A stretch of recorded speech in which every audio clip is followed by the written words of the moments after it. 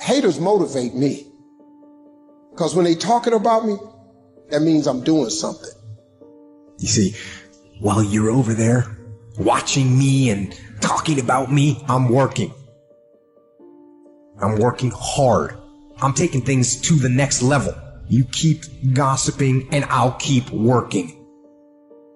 You cannot win the war against the world if you can't win the war against your own mind.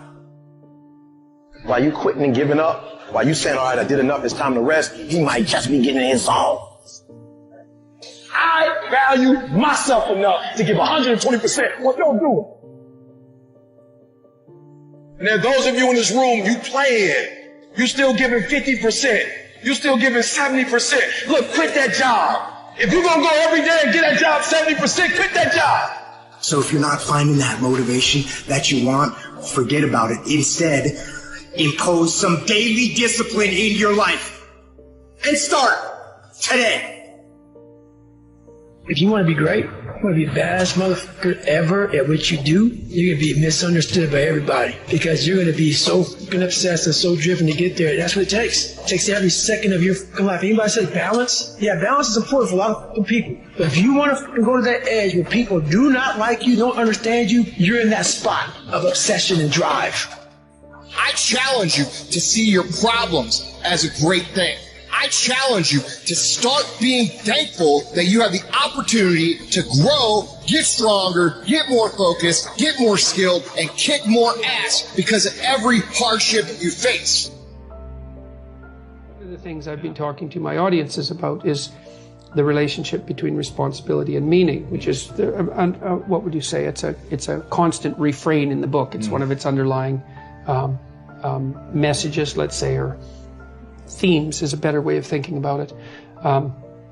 If you start with the presumption that there's a baseline of suffering in life and that can be exaggerated as a consequence of human failing, as a consequence of malevolence and betrayal and self-betrayal and deceit and all those things that we do to each other and ourselves that we know that aren't good, that amplifies the suffering. That's sort of the baseline against which you have to work. And it's contemplation of that often that makes people hopeless and depressed and anxious and overwhelmed and all of that. And they have the reasons. But you need something to put up against that. And what you put up against that is meaning. Meaning is actually the instinct that helps you guide yourself through that catastrophe. And most of that meaning is to be found in the adoption of responsibility. So if you think, for example, about the people that you admire, well, you think about when you have a clear conscience first, because that's a good thing to aim at, which is something different than happiness, right?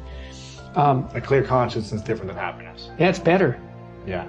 That's you're not better. Guilting yourself. You're not feeling bad about yourself. That's right. You feel that you've justified your existence, right? And so you're not waking up at 3 a.m. in a cold sweat thinking about all the terrible things that you've involved yourself in.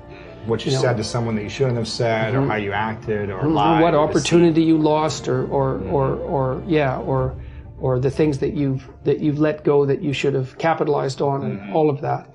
And so, if you think about the times when you're at peace with yourself with regards to how you're conducting yourself in the world, it's almost always conditions under which you've adopted responsibility, right? At least the most guilt I think that you can experience, perhaps, is the sure knowledge that you're not even taking care of yourself, so that you're leaving that responsibility to other people, because that's pretty pathetic. And unless you're psychopathic and you're living a parasitical life, and that characterizes a very small minority of people, and an even smaller minority think that's justifiable. But most of the time you're in guilt and shame because not only are you not taking care of yourself, let's say, so someone else has to, but you're not living up to your full potential. And so there's an existential weight that goes along with that. What I want to talk to you about today is a note which I call daily. So if you create a new note in your notepad, or something that you check on a daily basis, this is the most important thing. Name it daily, and then write the word do, colon, and then go down a few lines and write the word don't, colon. The one thing I would ask you to do walking out of this is to every single day, just for a week, wake up to this note, check it throughout the day, And then also, before you fall asleep, check to make sure that you did and you didn't do everything. So what you put in each one of these is you have a list of everything that you want to do every single day, and you have a list of things that you don't want to do. And the easiest way to add to the don'ts is to notice something that you never want to do again, and you just add that to it. Very, very simple. I'm just going to share some of mine. These might be a little bit personal and embarrassing, but here we are. Number one on my do list is to stay present.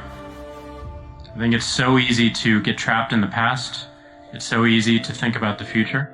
The most important thing is I stay present, and just reading this brings me back to the present, brings me back to this moment. Number two for me is be vulnerable. Show people my mistakes, show people my fears, because they can relate, because they're going through similar things. Number three, drink only lemon water and red wine.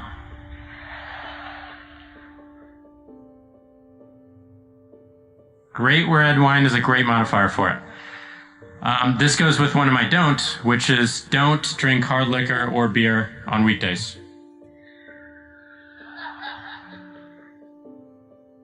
Number three is 6 sets of 20 squats and push-ups throughout the day. I just have to do them every day. 6 sets of 30-second planks. Run for 3 miles. Meditate on this list. Stand up straight, which whenever I say, I always see posture moving in the audience. Say hello to everyone. I just bought a heavy bag, so I'm training with a heavy bag, so I want to spend 10 minutes with a heavy bag every day. I want to do a video journal every single day, and I want to get 7 hours of sleep. On my don't list, and again, this is one of the hardest things, and a lot of these are personal, so I'm not going to read all of them. But on my don't list is don't avoid eye contact. Don't be late. Don't set expectations for someone and not meet them. Don't eat sugar. I'm on the paleo diet, so don't eat wheat, lentils, or dairy. And then, of course, don't drink hard liquor or beer on the weekdays. So this list, while it sounds very, very simple, has been fundamental in establishing patterns for myself. And it's something that I do check every single morning. I check throughout the day, and I check right before I go to bed. And I make sure that I check everything off and go through it. And I've given it to our companies. I've given it to a number of students that I've talked to as we've gone to schools and recruiting. And people have come back to me and said that this is something that works for me. It's something that's easy to do and something easy to remember. One of the most fundamental things about it that I've learned, that I've taken away from it, is how it gives you focus. How it gives you something that allows you to really ignore everything else that's going on, all the other noise, to allow you to focus on what's most important. So this do and don't list for people and individuals in the company has translated to a do and don't list for our company. For Square, we have a do and don't list. We have, these are the things that we're going to do. These are the core things. These are our bold bets. And these are the things we're saying no to for right now. That has been fundamental in allowing us to move fast, to continue to innovate, and to really push the boundaries and continue to invent and question and reset everything that we think about the organization. What do you do when you tried and failed and you want to quit and you want to give up? People that are hungry are willing to do the things today others won't do in order to have the things tomorrow others won't have. You have to make sure that your dreams, your aspirations and goals are so big that not accomplishing them is not an option. I don't know what that dream is that you have. I don't care how disappointing it might have been as you've been working toward that dream. That dream that you're holding in your mind, that it's possible. To all of you fighting battles alone, to all of you going against the grain, battling the naysayers, stay strong. Keep going. Stay strong. Keep going. I need all televisions off. I need cell phones off. Listen to me. Some of you going to be broke for the rest of your life because of that little thing on the side. You're going to be broke for the rest of your life because of a little cell phone. I need you to study like you've never studied before. I need you up all night long studying. What is there that you know you need to do, that you want to do this, but for some reason or another, you've been holding back? I think that among the things that prevent us from acting is the fear of failure. And if you've already failed, you don't want to fail again. The pain of that, the disappointment, the fear of loss is another thing. Because many times when we do those things that we know we need to do, we feel that we might lose somebody that we love very much and care about. We don't want to hurt anybody. I'm going to tell you something that every successful person has to do, including you. Believe it or not, every successful person in this world has jumped.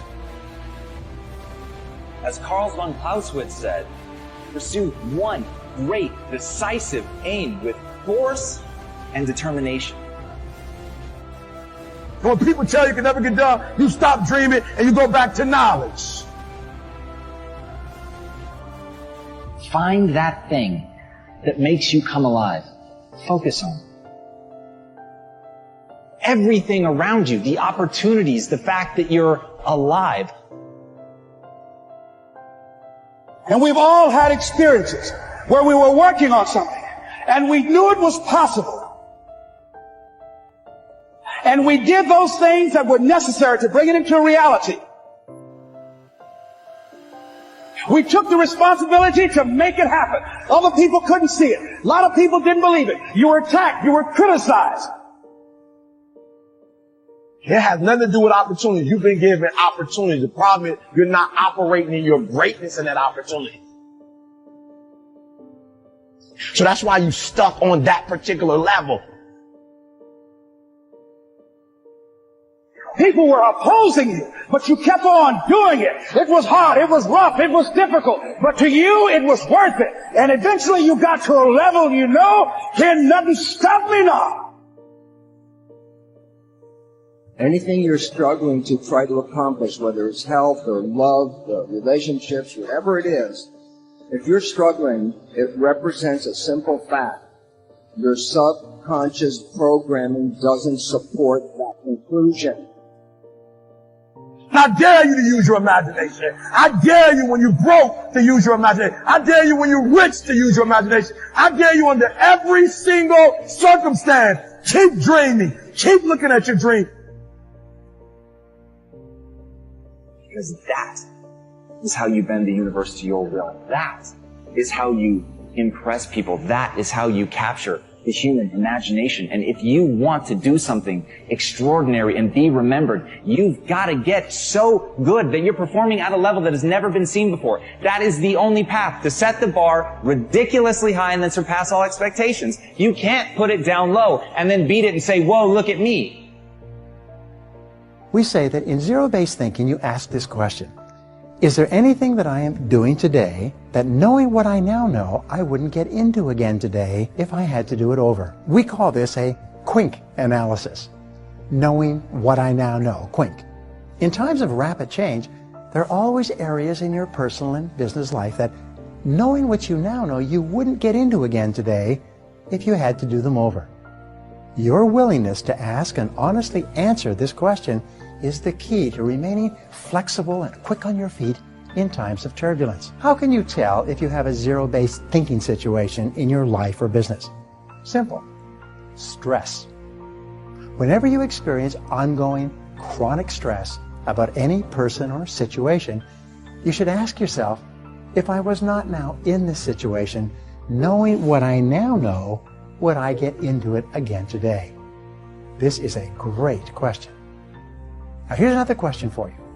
What percentage of the time do you think that you will turn out to be wrong? Well, the answer, according to the American Management Association, is about 70%. 70% of your decisions will turn out to be wrong in the fullness of time. It's amazing how many people will stay in a bad situation or continue with a bad course of action because of their unwillingness or inability to admit that they made a mistake or that they were wrong in the past. But remember this, when you made the decision, it was probably a good decision based on the situation at that time, but now the situation has changed. Now you have to evaluate your situation based on the current reality.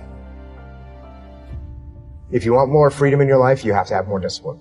If you don't have any discipline, you'll end up with absolutely no freedom. You'll end up being a slave to other people that boss you around. There's all kinds of problems that can occur if you don't have discipline in your life. And the more discipline you have, the more freedom you're going to have.